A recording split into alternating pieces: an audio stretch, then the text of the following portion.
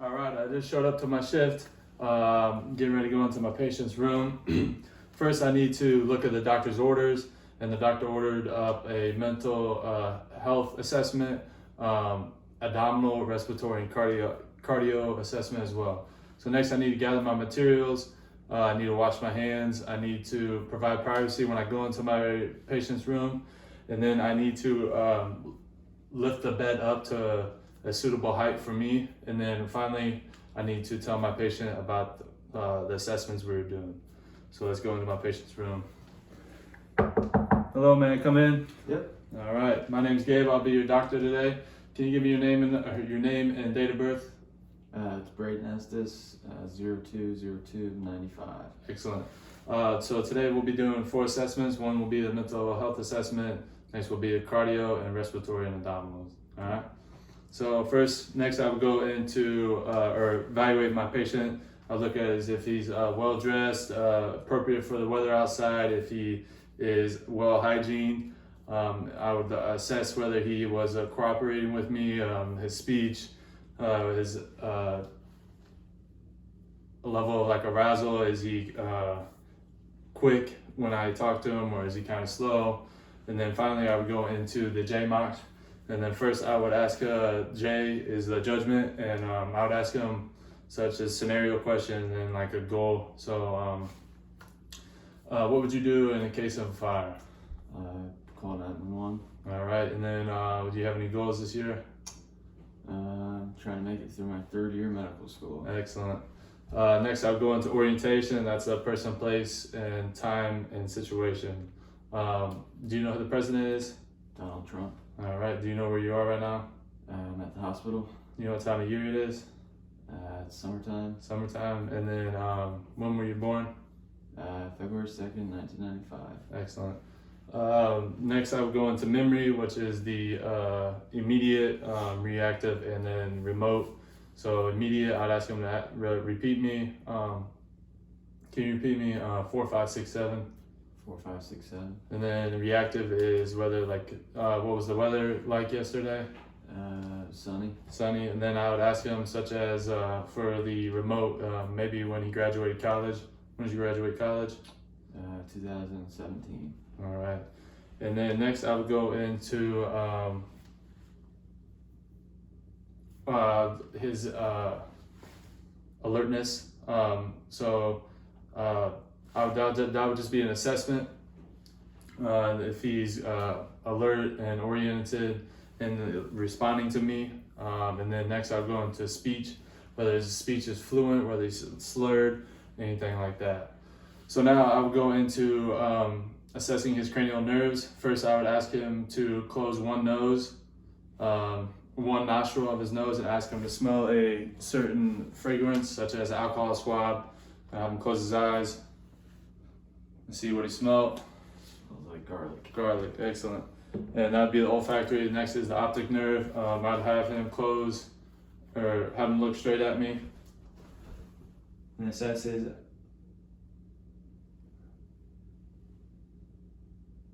I would say his pupils are round, reactive, and equal, and that his red reflex is intact. Finally, I would keep going down the cranial nerves. 3, 4, and 6 are the 6 cardinal gazes. So I'd have him follow my finger.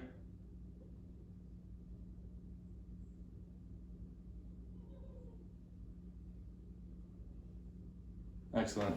Next is the facial nerve.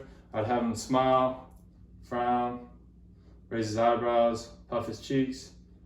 All right, and then 8 is the auditory. He is going to close his eye or close one ear. And I whisper test. I would give him a small phrase.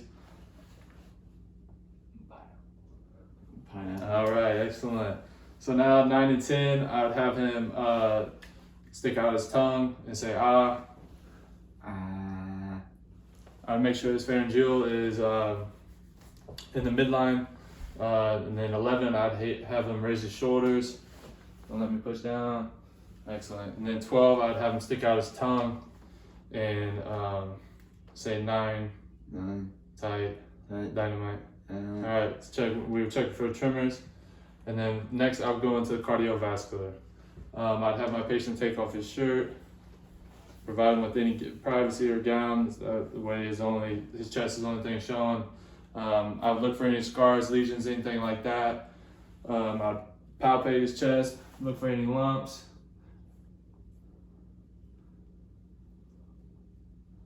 He's all right. Next, I would do the auscultation. So first I need to say where the heart is, and the fifth intercostal space is the apex. The right side of the heart is the posterior, and the left side of the heart is the anterior. And then next I would auscultate his heart. S1 is a closure of the AV valves, and S2 is a closure of the pulmonary. To assess the aortic, you want to go on the right side, second intercostal space.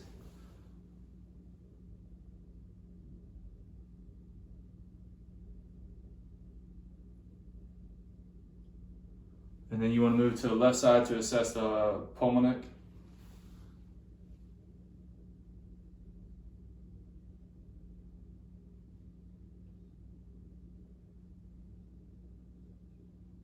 And then go down to the third for the Erb point, where you hear S1 and S2.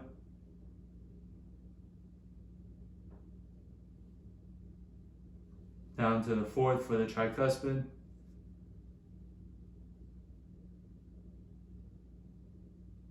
Down to the fifth for the mitral.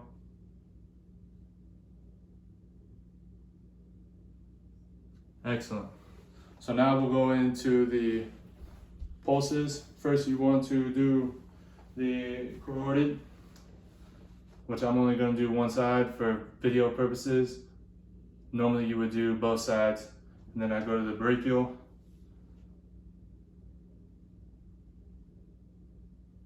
To the radial.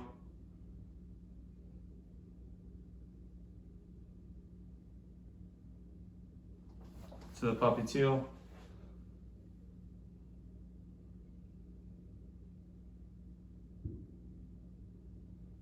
And then to the dorsalis.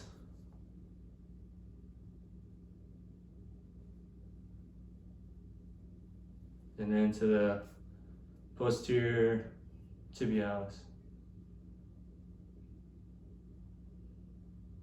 All right. So next, I'm going to go into the sensory assessment. I don't have a reflex hammer, but I would have my patient look for the bend in the knee, and then I would hit right here in the tendon and test for a reflex of a 2+. But I can do the dorsalis one, where I start at the heel and come upwards. And he tested negative for it. Finally, I would see if he had dull or sharp touch. I would have my patient close his eyes. Sharp or dull? Sharp. Sharp or dull? Dull. All right. And I can test for a soft. Have my patient closing his eyes. Soft. Soft. All right. So next we go into the respiratory. To start, I would check for any lesions or any masses or anything like that. And next I would like to state that the right lung has a upper, middle, and lower, and the left lung has a superior and inferior lobe.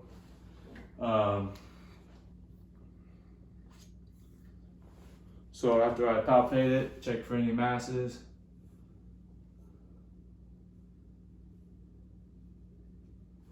All right, I'll go ahead and auscultate. There's 5 spots on the front and then 9 spots on the back. You want to move that down in a Z pattern, moving across the chest, down.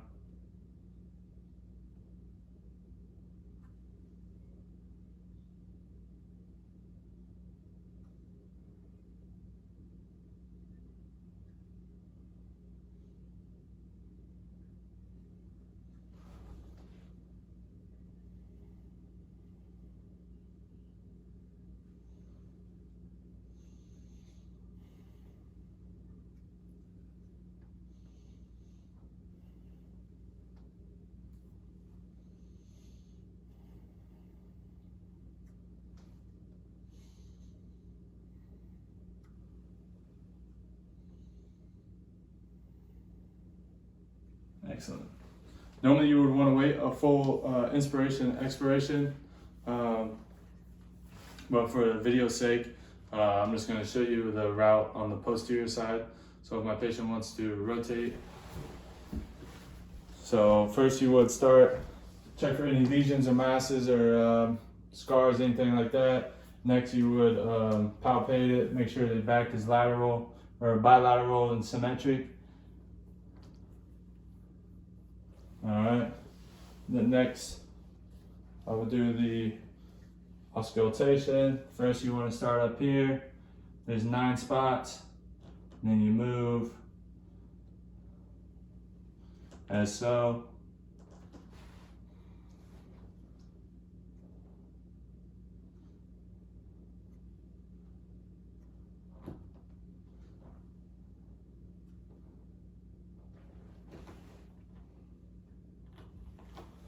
You would wait inspiration, expiration.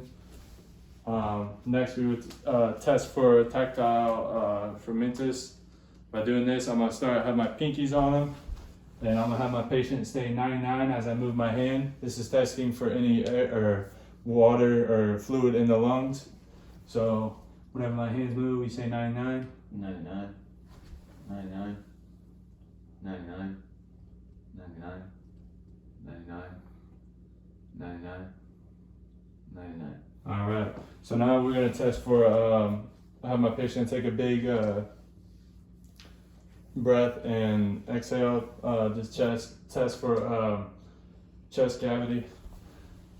You exhale, inhale. All right. And next we need to test for the AP diameter. It should be a 2:1 ratio, which is true. Next we'll move into the abdominal. So I'll have my patient lie down.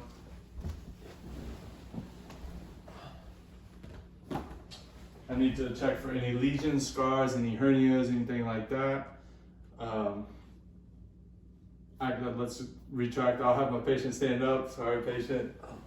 I need to do the percussion on my patient for the respiratory first.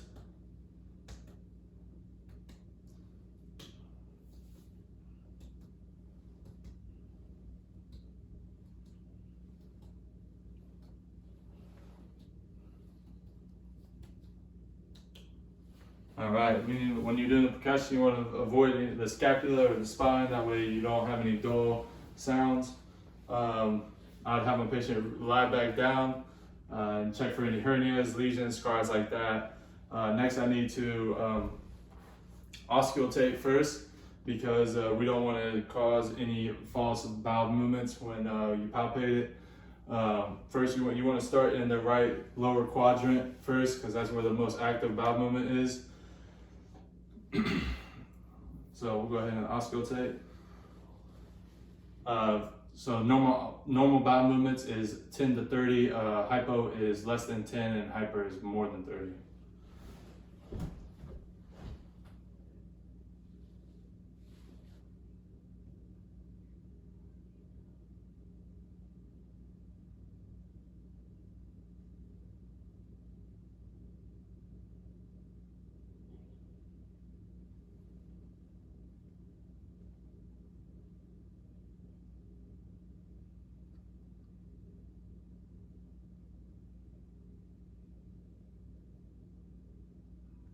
All right.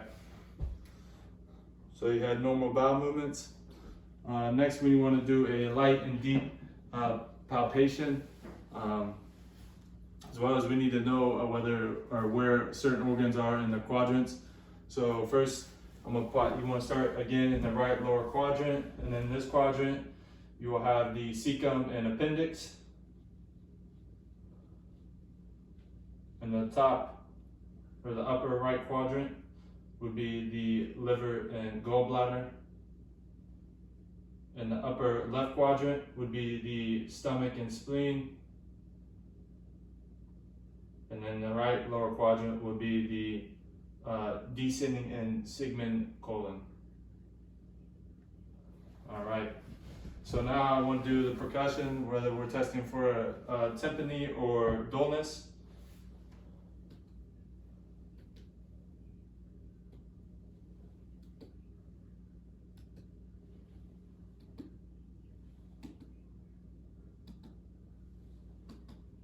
Excellent. So now I'd have my patient sit up and we'll test for CVS tenderness. By this, I'll have my hand on here and I'll hit it twice on both sides and check if my patient has any tenderness with that. No, I did not. I didn't check. All right, and then I would also ask my patient whether he's the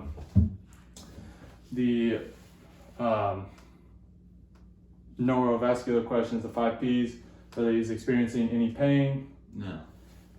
any numbness. Nope. All right, and then I would assess his body. Obviously, he's not having any pallor, and he's not having any paralysis. So my assessments are done. I would ask my patient if he has any questions or has any concerns. No, I don't at this time. All right, I'll make sure my patient has a call light button. I'll tell him I'd come back in 30 minutes. I'd gather my materials, I'd wash my hands, and then I'll throw away anything I didn't need, and I'll do the required documentation after the assessment. And then that's it in my video. Thank you.